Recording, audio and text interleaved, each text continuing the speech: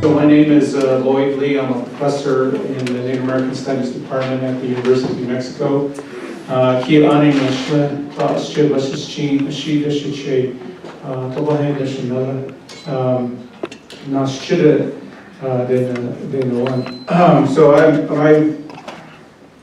I also want to say that Chicxulub area is also home for me too. That's where my mom's from Nashchida and my dad's from the Chicxulub area. So I've been to both places, spent time in both areas, so I consider both places part of my home. But right now I currently live in Albuquerque and I work at the University of New Mexico. So what I wanted to do was kind of give you an overview of the book really quickly, and then I wanted to pass it on to both Mario and Sean to talk about their chapter and some of the things that they want to talk about as related to the symposium. So one of the things that I have learned from my discussions with family, from friends, from my research, and just what I was taught when I was growing up, was that the Navajo Nation, as we know it, is a very diverse United Nation, right? Really, it's our clan systems, it's where we're located, where our families were located, that are considered homes that really reflect our distinctiveness and who we are as Diné people. And so I've always taken that approach with the work that I do and the research that I've done, is that we have to think of us as these diverse people who in the past 100 years have come together as a united nation and to function as a Navajo nation. So we're in that process right now.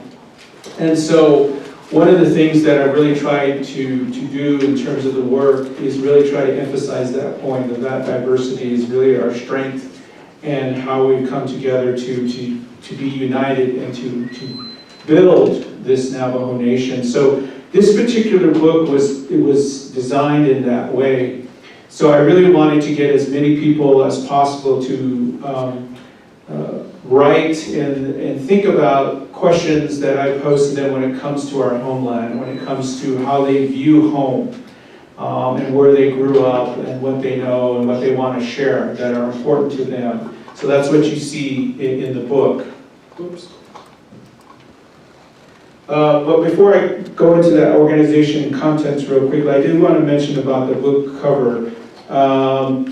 The artwork that was done is by Diné, who is Navajo Hopi, who lives in the Four Corners area, Farmington and Shiprock area. And so this particular piece really kind of, I think really emphasizes the importance of how we think about land and how we think about home as a relation to our strength, right, which is our mountains. So I really wanted to kind of do that. And then if you've looked at some of the other books, like the Diné Perspectives book and the Navajo Identity, or Diné Identity, and then also the Navajo Sovereignty, all of those covers are her artwork that really kind of demonstrates some of the themes related to those books. But the organization of the book is really about following our pathway, our view of how we look at life, and how we think about our philosophy in terms of how we learn and how we think and how we interact with each other as human beings, with non-humans, with other groups, other Native peoples, and so forth. So really wanted to kind of follow that approach in the organization. So it's really based, the way it's organized, it's really based in terms of the Sunwise orientation. It's based on our directions. And each one of the contributors grew up or live in each of these areas, and that really kind of shows the strength of us as Diné people. So when I contacted individuals to consider contributing to the book, I kind of set up a framework in terms of things for them to think about as they write about their home. What are your thoughts and perspectives on Nihikeyah? What challenges does Nihikeyah face in the coming generations? What should all peoples know about Nihikeyah? And then how do you see Nihikeyah building a positive foundation for the rest of this century and beyond? So these were really sort of designed as to give you a framework. These are very broad, very general but at the same time, it really kind of got them thinking about, well, what do I want to talk about when we talk about home? So these are the contributors. I had envisioned this to be much more larger in the sense of the contributions. However, when you put together a book and when you edit it, there are certain deadlines that publishing presses have. And so not everyone is able to complete what they want to do. So we were able to get 8 contributors, which are wonderful. There's 2 for each of the different directions. So we started in the east, south, west, and north. And so I didn't want to necessarily follow sort of the agency approaches to this, but more along the lines of our philosophy. Right, Triston had the map up in terms of based on the mountains, and then there's a map in the book that just kind of, I think the map in the book really is more of a contemporary way of thinking about Navajo Nation.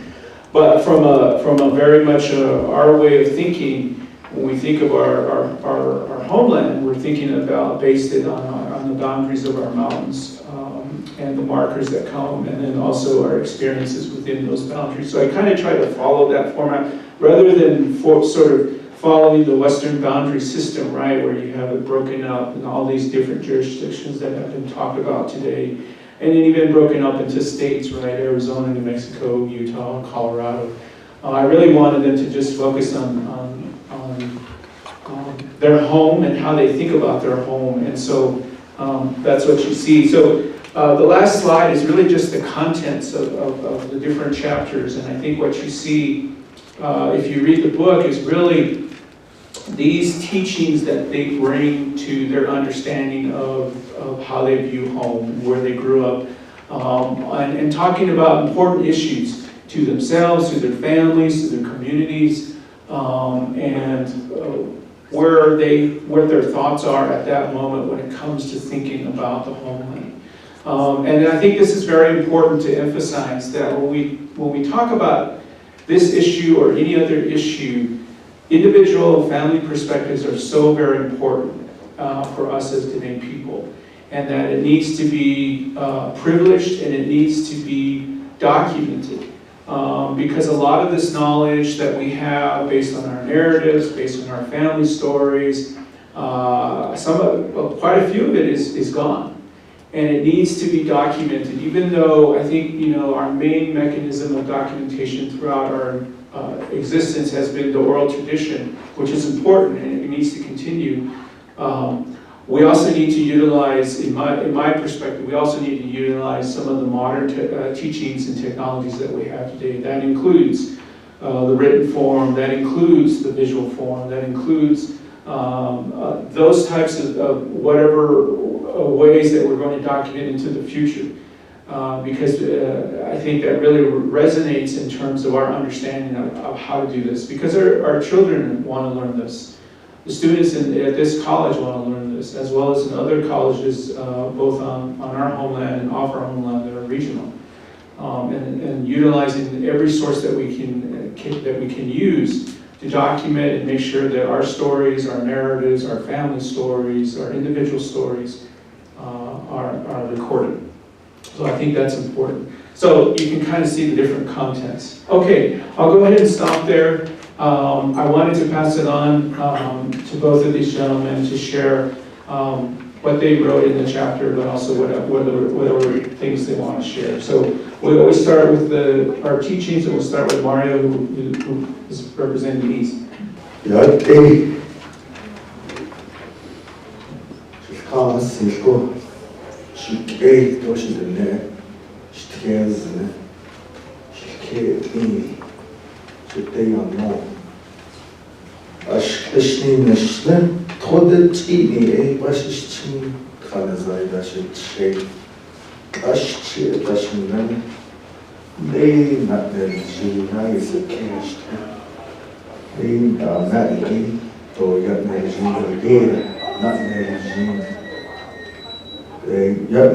Scarecrow, not Nelji, a Kodoshin, Naji, Actually, I used to have Alumni program Kagi, a former vice president, Korean Starlight Chapter, Monty, a graduate student in the UNM American Studies PhD program. Nits'áá, Diné, Nihikeyah, Diné, not so Nihikeyah,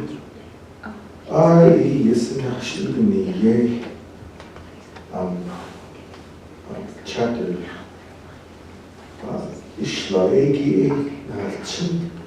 so carry hard and ask there. For them. So overall, the reason why I wrote the chapter was always with those young ones coming. Probably when the baby girl, I always say, that's born tonight, when that baby girl is the oldest, what about the baby girl that's born that day? What about them? How are we going to look at the land?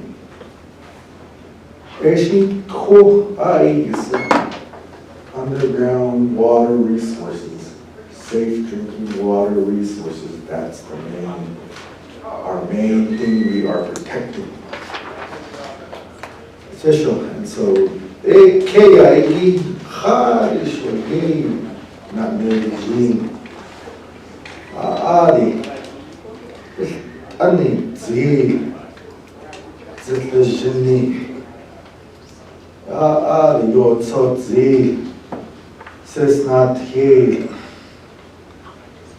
Shashadesh, so Tsaile, now, this job, the Bensa, is the Nits'áá, with ye.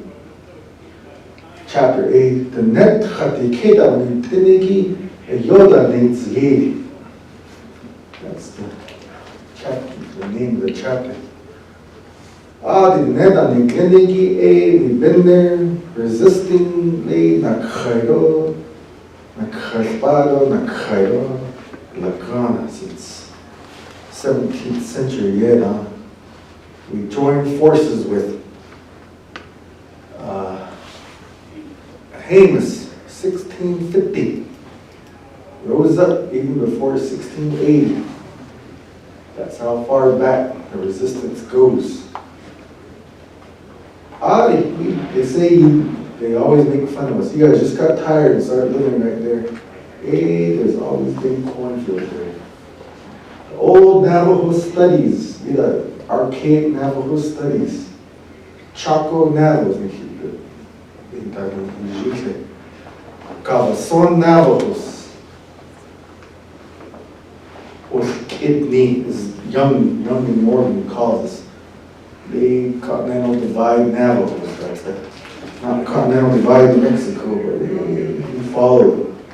We're over there. And so resistance, this is a whole Landback resistance movement that has never stopped. Ever since then, even today. Paul Spurhan talked about this, but he left out a lot of things. Executive Order 709 was repealed by Congress. We're still trying to get the land back. Purpose of my chapter, so that's part of the talk today with the symposium. The chapter, I marked at how the people love the land so much that Daniel So led a world-leading environmental justice campaign against the United States. Even the Navajo Nation was against us because of how maybe the Navajo Nation is being controlled by money. And we're after the cultural sovereignty, protecting the land. That's the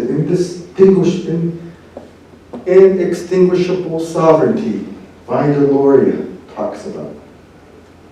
So sovereignty, you look at it now, that's just something. The cultural sovereignty, they say,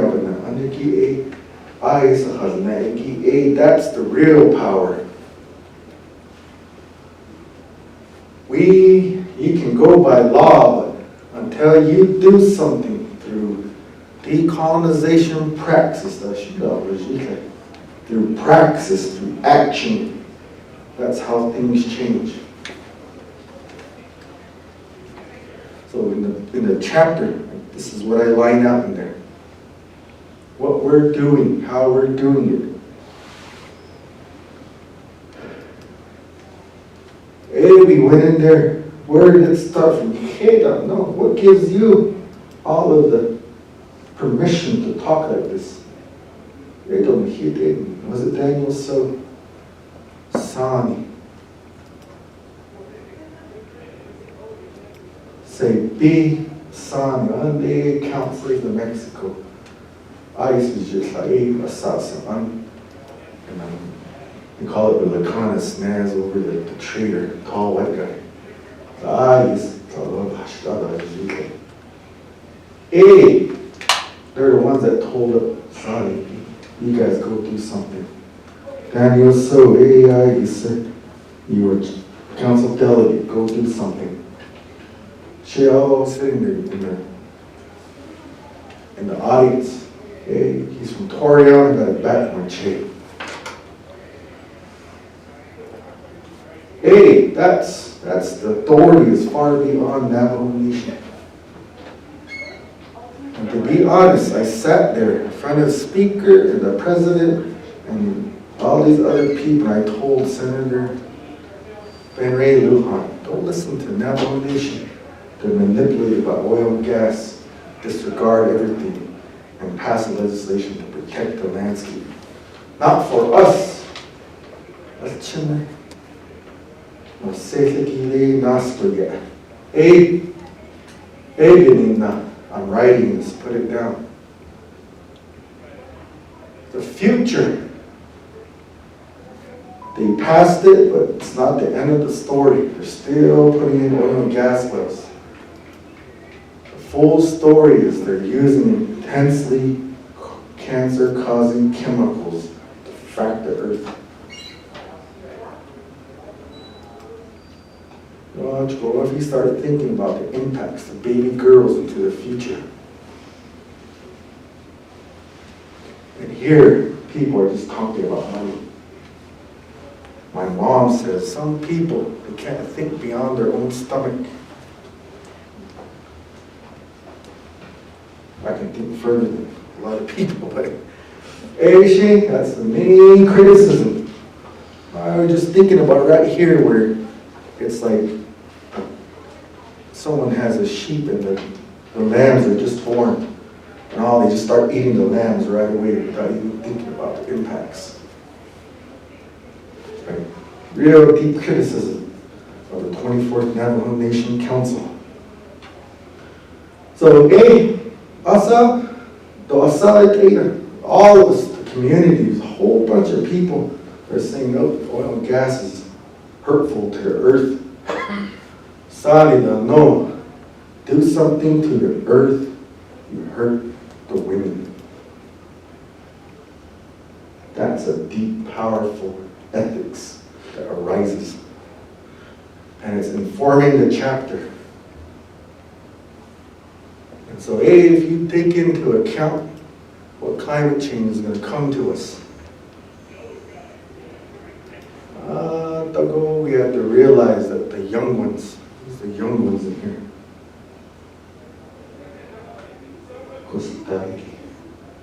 they're going to have to be real strong. But Tsaile, they're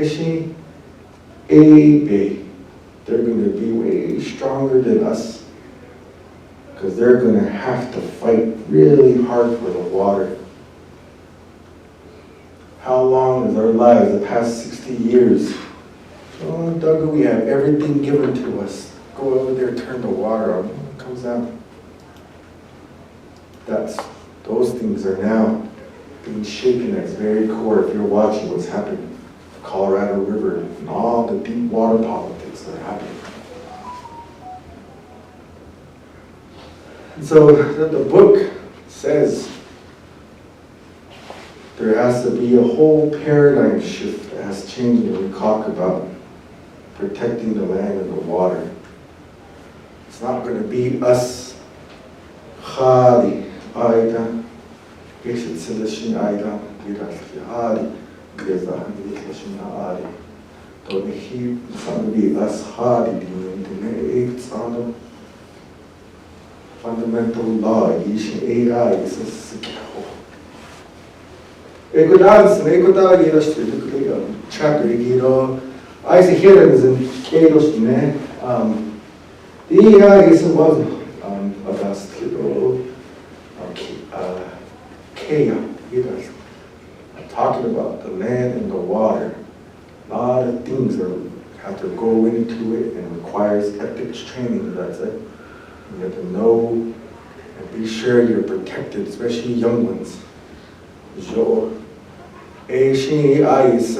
Back you up, because a lot of things can happen, and you have to probably enter and talk against the own Navajo Nation Council and executive branch, and to tell people in power that they've lost the initiative and perspective of protecting the people.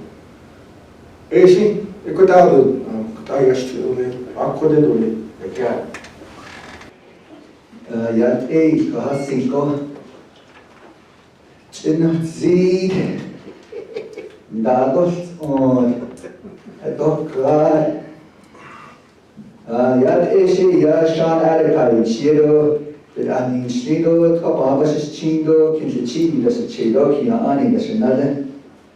Ado East Osdish was here, Crown Point, New Mexico, Crown Point Judicial District, Ade, Shanan Mishish, Staff Attorney, Ode, Shanan Mishish. I would like to thank the organizers of this event, Bennett College, Dr. Greyeyes, and everybody else for allowing us to present some important information. I contributed one chapter to this Nihikeyah book, and my chapter basically focuses on the colonization aspect, and specifically the federal Indian law. There was once this frog that got boiled alive, and he looked something like this. I think we're like that, like Navajo Nation. We're being boiled alive.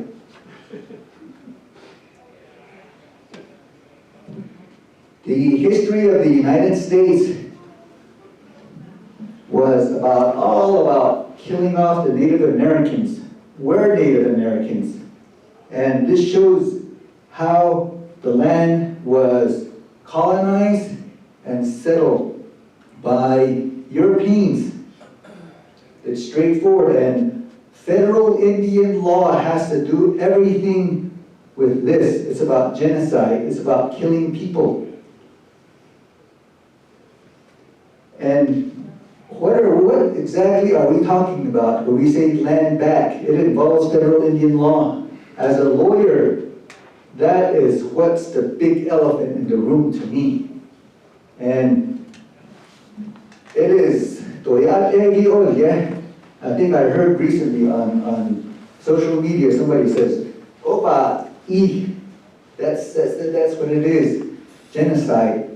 And it's so bad that some people equate it to the Holocaust, what happened in Europe. And Nazi Germany, they used federal Indian law as a model, a racial model to follow. And that's what the Nazis wanted to try to emulate. And that's what I mean when I say we're a frog that's being boiled to death. So there's 4 points that I want to make within like 10 minutes. Don't have that much time, so I'm going to try to hit them as fast as I can. And we're already at 3 minutes. Number one, federal Indian law. This is the structure. There's a lot of federal Indian law is comprised of cases, treaties, legislations from the 3 branches of government. And they follow these federal policies such as outright warfare, removal, reservation, assimilation, termination, self-determination, and all that goes back to killing off Native Americans. And federal Indian law, the basis of it is church doctrine, ídahwiil'aah. And that's what they call the doctrine of discovery. So the doctrine of discovery, out of that comes the treaties, and that includes one of our treaties, the Treaty of 1868, Navajo Treaty. So in this foundational case called Johnson versus McIntosh, the United States Supreme Court says, discovery is the basis of U.S. sovereignty and titles, what they said. There can be no other basis. Nihikéyah, Nihikéyah,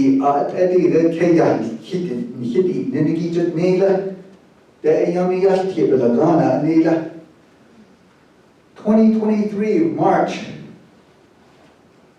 Pope Francis, the highest person of the church, Roman Catholic Church, they issued a statement saying that, remember like, what's his name, Joe Dirt, remember that guy? He goes, you're talking to my friend all wrong. It's kind of like, that's what he said here. And he says that all that is an error.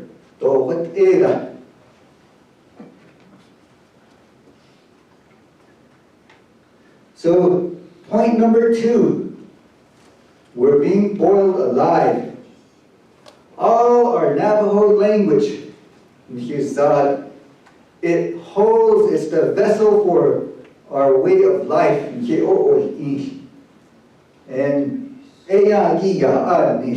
these are statistics from the Navajo Times. Nobody, I don't think, is really studying this anymore. It seems like that way. We're just being boiled alive and thinking everything's just fine. So the scary thing about this thing is we're going down at a really high, fast pace. And if you notice, 2020, there's no number for that. The estimate is that on the opposite side of this, 25% of the Navajo population, they speak Navajo. So that means 75% do not speak Navajo. We're being boiled alive. So what's scarier is if we do nothing about it, all the people who are the older people, they're the ones that speak the language. They're going to die off at 2060. And that's like in 35 years, 40 years. Once that goes, that's scary though, and I'm glad that I have the attention of very prominent people here. Navajo Nation, we're about 500,000. And this should be crawling full of people, but there's only a few of us here. So somebody said it right, corruption is the base of the. And right now, what's the current issue? You can say it, go ahead. Sexual harassment. That's the issue at current. So this is very important, and the longer that we continue to not bother it, probably it's going to be too late. It might be too late right now, I don't know. But I wanted to show you this thing. That's point number 2. Point number 3. Our leader, Marvin Sito, he advocated for us Navajos.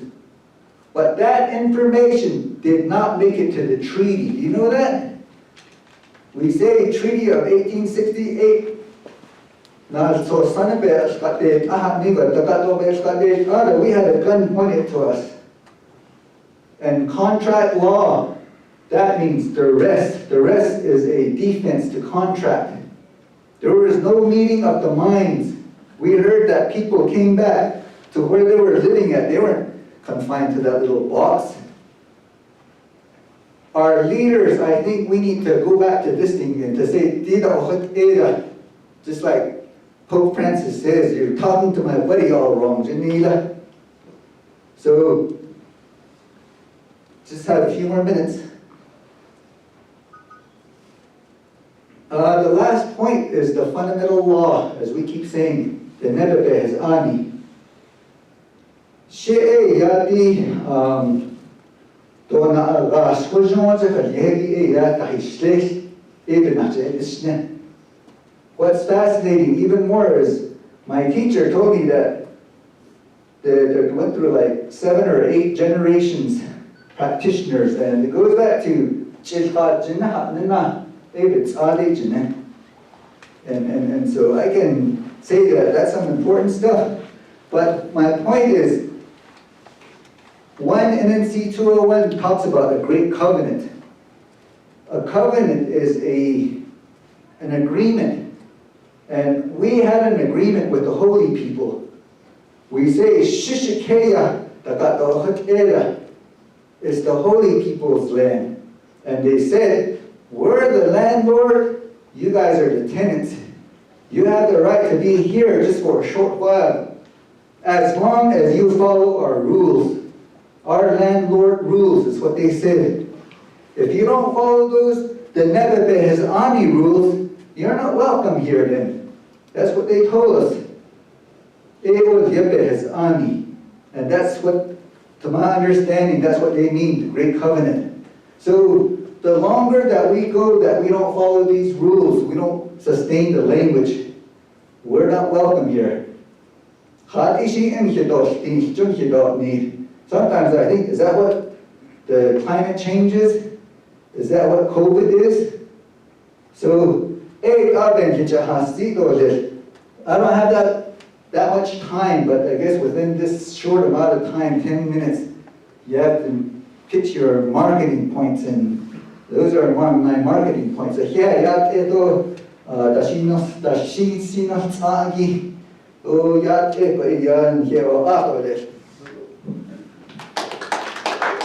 So part of what we wanted to do is also have a dialogue and conversation with the audience here.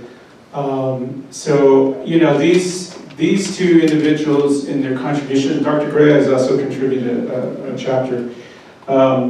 Each one of them really wanted to privilege what their thoughts were, what their experiences were as it relates to what is important for them in terms of the land, what is important for them in terms of home. And I think that's a real stressful point. A real stress point here is that each one of us, each individual person, has that experience, has that relation to home, has a relation to the land. And what are the more pertinent issues that you in your view are tied to what you think is important to say. So I really emphasize that point because we need to have those individual points that represent who we are as Diné people and what the Navajo Nation is. So we really wanted to have a dialogue and conversation, but also I think they wanted to have some time, right, for questions. I don't know for the other presentations. So I think this is that moment for us right now. So any thoughts? Any questions? Yeah, Nana. I just wanted to make a comment about the book, and I enjoyed the reading, and it's Mr. Atensu, your chapter was very enlightening in how the grassroots people think about their keyah and how precious it is to them, as was all the articles in the book itself. And the basic thing that Mr. Adakai talked about is Keyahagi Jobahwiyado Pedena Nihikeyah, and I think that's the basis of all of the teachings. And it's Dean Jim's, Roessel Jim's article as well, or chapter, that when he explained Nihikeyah and the breaking it down into that to definition of even by the syllables, that was very, very enlightening. Jobitado Esadiki, Hathathli Jensen, Hathathli Alumni, Aro the Navajo, Joe, the Hiplego, Billey, Ako, Kodo, Adine, Dokodo, Hathathli, Koden Hana, Ajigin, Hay, Kagito, Adin, Kishon, Songi, Joe, Esadiki, Hathathli Jensen, Ako, Shaho Indi, Shaho Beha Zegi, Shaho at all, Batsidi, Costo, Anihini, Zenigit, Nekizo, Lehikishago, Ben Has Ada, Johat, Eyahe, Bigidishti, Dinat, Anlingido, Sakis, Hatningi, Joa, and Lady Hanilia, Ako, Quaki, Bekadistinson.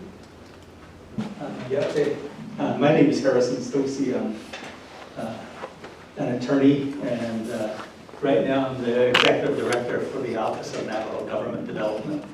The question I have, which no one ever talks about, in 1868, the Navajo people signed or entered into the Treaty of 1868. It says the Navajo tribe of Indians, because at the time our government did not exist. And in 1922, 23, and thereafter, the federal government introduced a government to us, which is now 100 years old, Navajo, which is our Navajo Nation government. One of the things that happened at that time with the creation of the Navajo Nation government is, in essence, if you talk about it in Navajo, Nits'áá, the land that we said is ours, was transferred to the Navajo Nation government. And by that action, the United States government said, you now have the authority to consent to leases and to use of lands and so forth. So it started down that track. So today, we now have to get homesite leases, number one, grazing permits, farming allotments, and so forth.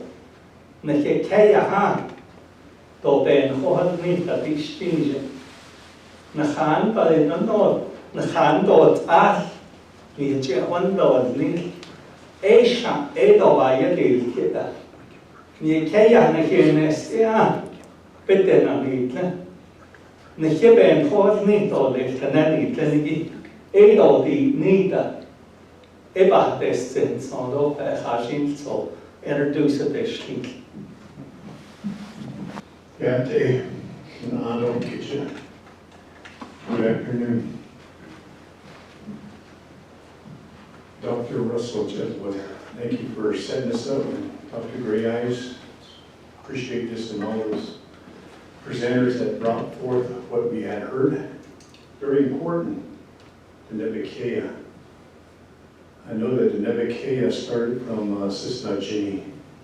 I might be saying it wrong, but the area came all the way from Diné, Colorado, all the way to Costa. That's a huge, huge land base. What was presented was that we were taken off the Nihikéyah, taken down the weight gate, and we were brought back. Now we have the Nits'áá that covers us to say that we live on the Navajo Nation reservation now by the executive orders. I got to thank the grazing people because the grazing people are the ones that had the land increase. If it wasn't for the grazing people, our land wouldn't have increased, we would have stayed in that box. And that box was too small for us. And all of us didn't go down to Hawaii. My great-great-great-grandma went down there, a subdivision. She came back and we were chased out of that railroad area. My theory is they wanted to clear that area and say, Nihikeyah. And that Keyah was nobody there. They said, Ashiko, just run the railroad through there. Nobody lives here. Nobody can claim it. The other thing that I wanted to bring forth is Kanasika. And you hear about the immigration, you hear about the border. Actually, it said, and they go to these sanctuary cities. Are they going to start thinking about putting those folks over here on the Navajo reservation, or the reservations that have land and have areas that are open up for these folks? They have that authority. I think it's time to wake up and start saying, Nihikeyah Nihikeyah Nihikeyah the Nepal. It's okay that Nihikéyah AIC Bennett Kado Geta the Lero Nihikeyah I think we should really start thinking about they're filling up. Those folks in those sanctuary cities are getting overfilled. And what's going to prevent them from saying, oh, they Navajo Nation, okay, you wouldn't so I just okay Hathathli, hey, I just told me, how can we prevent that? How can we avoid that? What about this case when I was listening to that? And I'm glad my professor's here. I'm taking these classes. And I'm glad that I'm in this class and this is be on the Zoom or come in and to listen to this. But that's the question I have. Are we prepared in case, because this is federal land.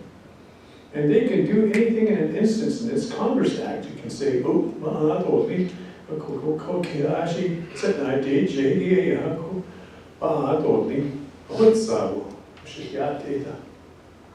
and we have to get leases and permits and all that.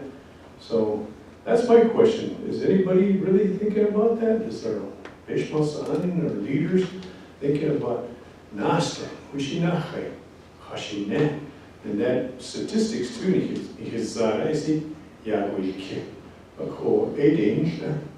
Thank you. Oh, my name is Raymond Smith Jr. I'm the student at Diné College, and like I said, Shini's my professor. I'm glad that he's here to present this, and I want to get one of these books and read it too, because those are very important information. Thank you. My response for Mr. Sosi is that I agree that for me, the people, the Navajo government has not ascertained that particular avenue of that aspect of land governance and all that.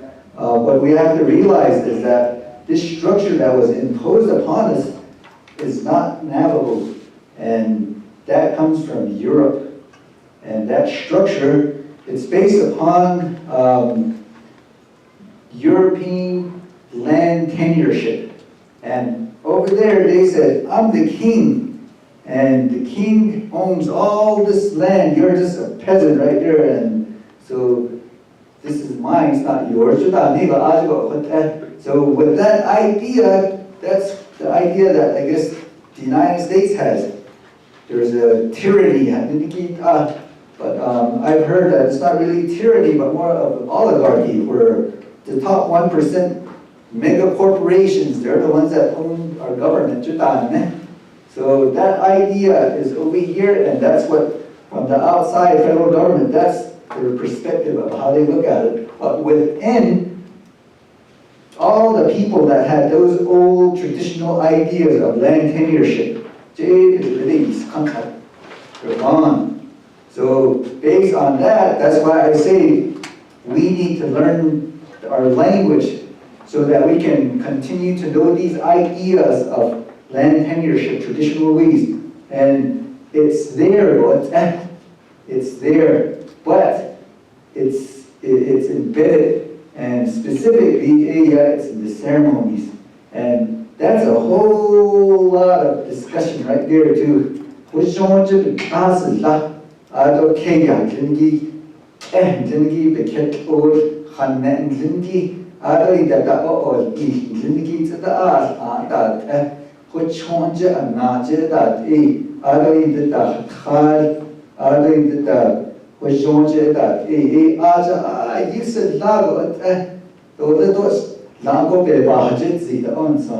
I'm learning it. I'm learning it, and I don't think anybody can say I've learned it all. There's too much. And I'll say one thing right now. There's two areas that are very critical, very critical that we're losing as a people, and that is Atsabanaha. The other one is Nihikeyah. Those are the eagle ceremonies and the deerway ceremonies. We're at probably 2 or 3 practitioners right now. So you, the Net College learners, I urge you, learn that that's like the basics. And I'm talking the Nihikeyah.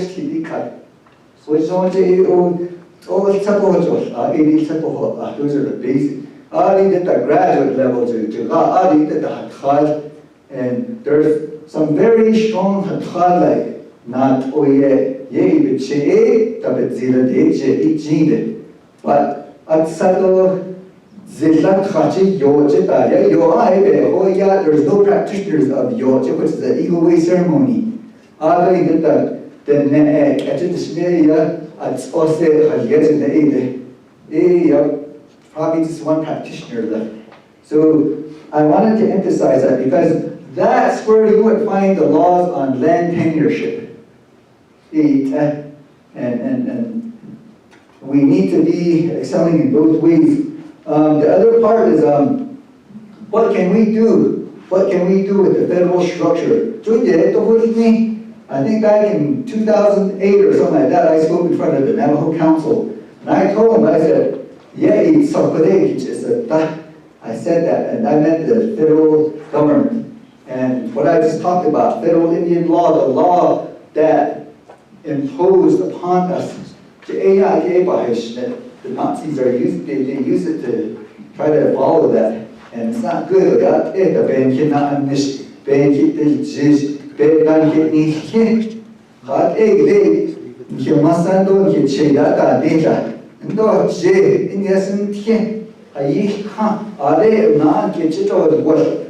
That's where we're at right now.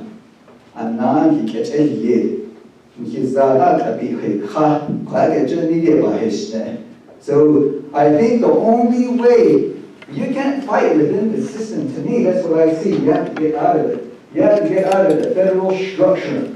And to me, that might mean acting like a nation, maybe going to the United Nations or something, international law. And otherwise, the only other way I can think about it is we have to advocate for ourselves. We have to fight. And I think we're at an age right now where the climate is changing. People are beginning to realize the racism that exists within the United States and how that's the foundation of the whole founding of the country. We're there. And just to demonstrate the example, back when the Dakota Access Pipeline controversy, we were fighting, the Native Americans were fighting the extraction industry. And the United States President Obama, he was up in China. Do you have any questions to some Chinese children? What's your stance on DAPO, the oppression of Native Americans without me? And he didn't respond to that. So he's bought out by those oil companies too. And that's what I mean, those 1%ers, that's who owns us, if you want to put it that way. So that's my response. The question of the creation of the nomination reservation and the stealing of the land under federal imposed system.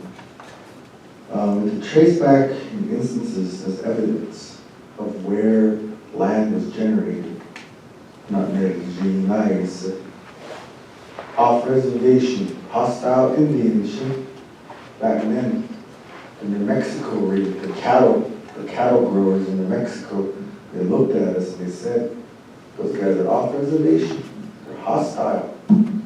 Round them up, drag them this way towards Crown Point, to the original reservation boundary. It's in a letter.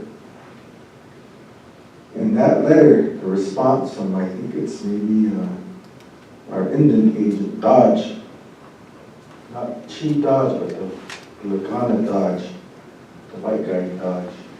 He said, they're not hostile, they're farmers. And they're agricultural people. They need more land. So root cause analysis, aka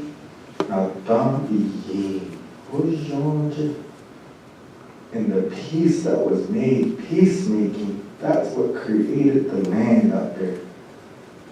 And every day we're still in tension with the federal government every day, because all of those BLM lands that are out there in checkerboard, there's outstanding rights claims on those land parcels. Just as Spurgeon was talking about. That's how, and out there, Navajo Nation has no real authority. Just the people themselves creating, generating their own rights, one type called rights discourse. We have to be careful because identity, they use identity mechanisms instead of the nationhood, statehood processes, international self-determination, not the self-administration processes through 93-638. No, it's not self-determination. Self-determination in the international sense. That's what has to come down to it. Here, to hear a former legislature say, how are you going to change the land? It's give the title to the land. It was a great opportunity for them to say, hey, no longer, because of the economic development, public health impacts, we need that title to the land, and we need to transform the relationship. Eastern Navajo Land Commission, we get sidetracked with protecting money for a few people. When in my book I talk about how the oil spill contaminated the groundwater. What's more valuable now if he's thinking ahead with water, with people living into the future? Underground safe drinking water is the most important strategic resource that we have to protect far beyond water. So RDC can't be resources development community, resources and development community. So everyone wants to change things. That powerful committee has to be, they have to seek powerful minded people that are not just dazzled by revenue.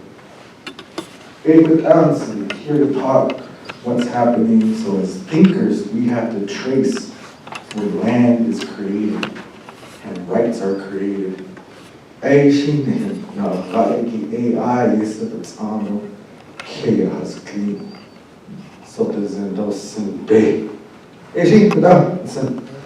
You know, this conversation has to continue, and I think there's been so many books written about Navajo land issues, and I believe that, you know, we have a whole generation that still needs a lot of learning. And, you know, I believe we still need to be writing about these experiences, about our history, about the oral narratives around how we got to where we're at. But we also recognize that many of our people have successfully broken through a lot of different boundaries. I mean, we have some of the most talented and skilled individuals. And as a professor, as a teacher, I see them working very hard to figure out strategies and pathways through much of these jurisdictional quagmires that we've created. And so when I look at leaders, when I see them talk, I always look for those who are looking for that unbeaten path through the domains that we've actually constructed and participated in, even though we recognize that the federal government and state governments have actually influenced much of that. In the end, we do need leaders who can think through and create those unbeaten paths. And I hope today that you have realized some of the challenges there, but also recognize maybe some possibilities and some pathways that you can forge. And some of that is just teaching about what are land issues. I know everybody here at least took one new idea to help them think about what land issue is, land back issues. And you can see the diversity of voices that are shared today, that we really need to keep having this conversation and sharing it with our young people, because in the end, they're the ones who are going to be inheriting all of this responsibility. So I want to just conclude and say thank you, everyone. Thank you, everyone who's listened on Zoom, on Facebook, but also Hondo Lewis's Wayfinder team for supporting us.